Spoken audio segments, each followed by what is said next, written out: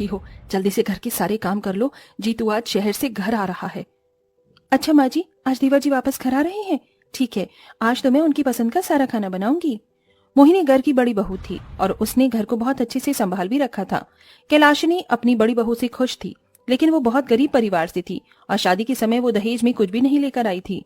जैसे ही उसका बेटा जीतू शहर से वापस घर लौट आता है, वो उससे कहती है, बेटा तूने नौकरी बहुत कर ली और अब तेरी शादी के लायक उम्र हो गई है।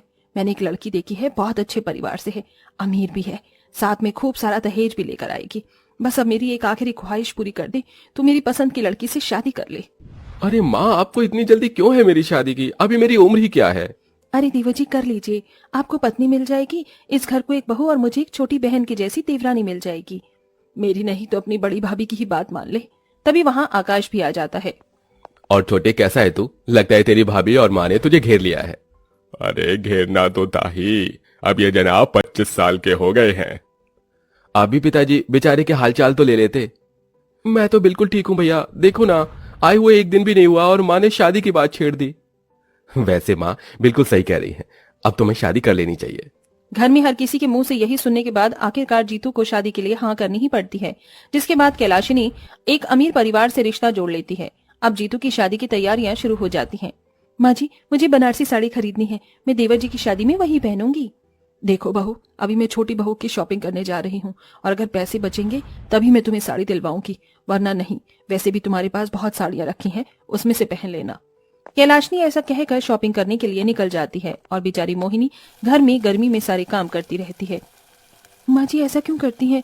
जब भी मुझे कुछ दिलाने की बात आती है तो बिल्कुल इनकार कर देती हैं। खैर कोई बात नहीं। मोहिनी को इस बात से बहुत बुरा लगता है, लेकिन फिर भी वो अपनी सास से कुछ नहीं कह पाती। ऐसे ही देखते जीतू की शादी अमीर घर की लड़की वेदिका से हो जाती है। ओहो, कितनी गर्मी है यहाँ, मुझसे तो जरा भी गर्मी बर्दाश्त नहीं हो रही है। माँ जी, आप अपने घर में एक एसी नहीं लगवा सकती थी? अरे बहू, एसी तो लगवा लेती, लेकिन एसी लगवाने के लिए पैसे कहाँ से लाती?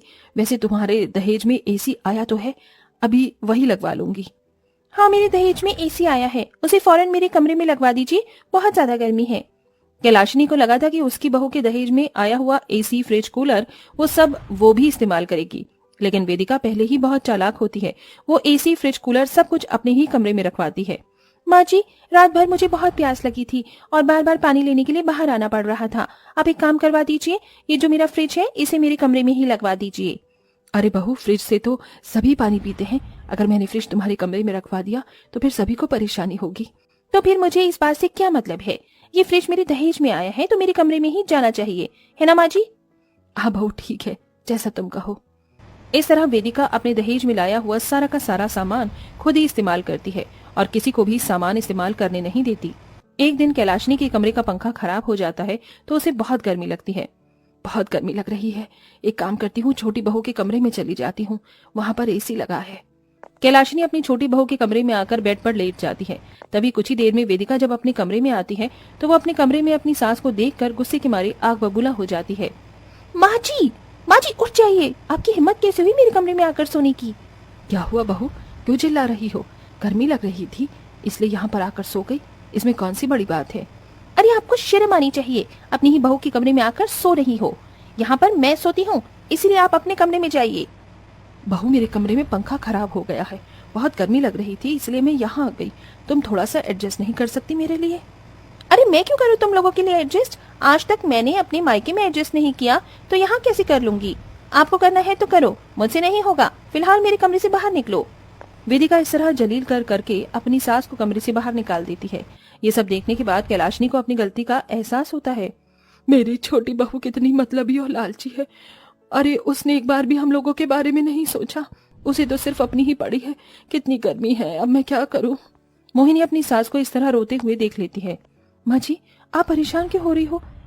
चलिए मेरे कमरे में आ जाइए, मेरे कमरे में पंखा चल रहा है।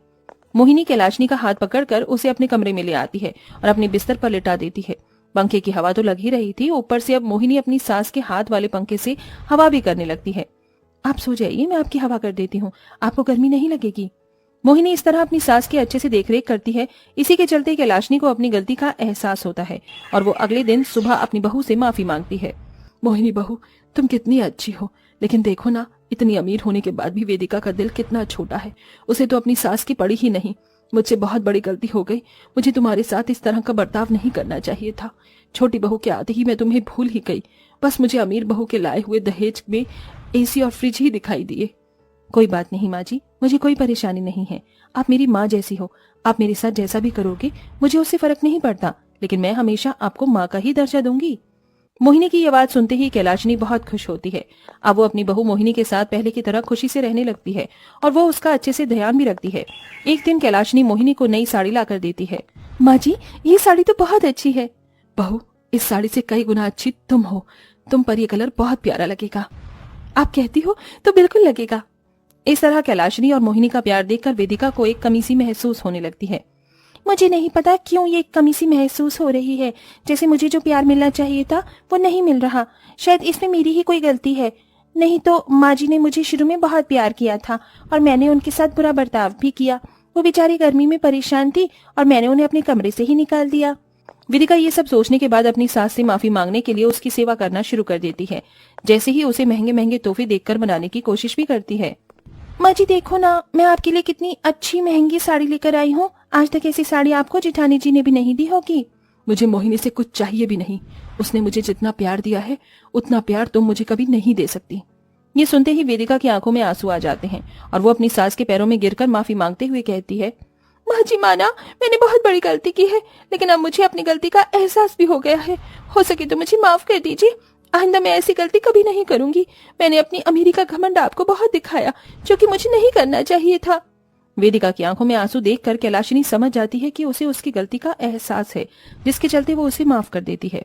तुम्हें तुम्हारी गलती का एहसास है, इसलिए तुम्हें माफ कर रही हूँ, लेकिन आइंदा कभी ऐसा मत करना। वैसे तुम्हारे ही चलते मैंने भी एक सबक सीखा कि अमीर गरीब कुछ नहीं होता, प्यार प्रेम ही सब कुछ होता है। कैलाशनी ऐसा कहकर अपनी रोती हुई बहू को गले से लगा लेती है। इस तरह कैलाशनी की दोनों बहू अब घर के अंदर बहुत प्यार प्रेम से रहने लगती हैं। कुछ दिनों में कैलाशनी अपनी बड़ी बहू के कमरे में एसी लगवा देती है और वहीं वेदिका अपने पैसों से अपनी सास के कमरे में एसी लगवा देती है। अब पूरा परिवार खुशी खुशी एक साथ रहने लगता है।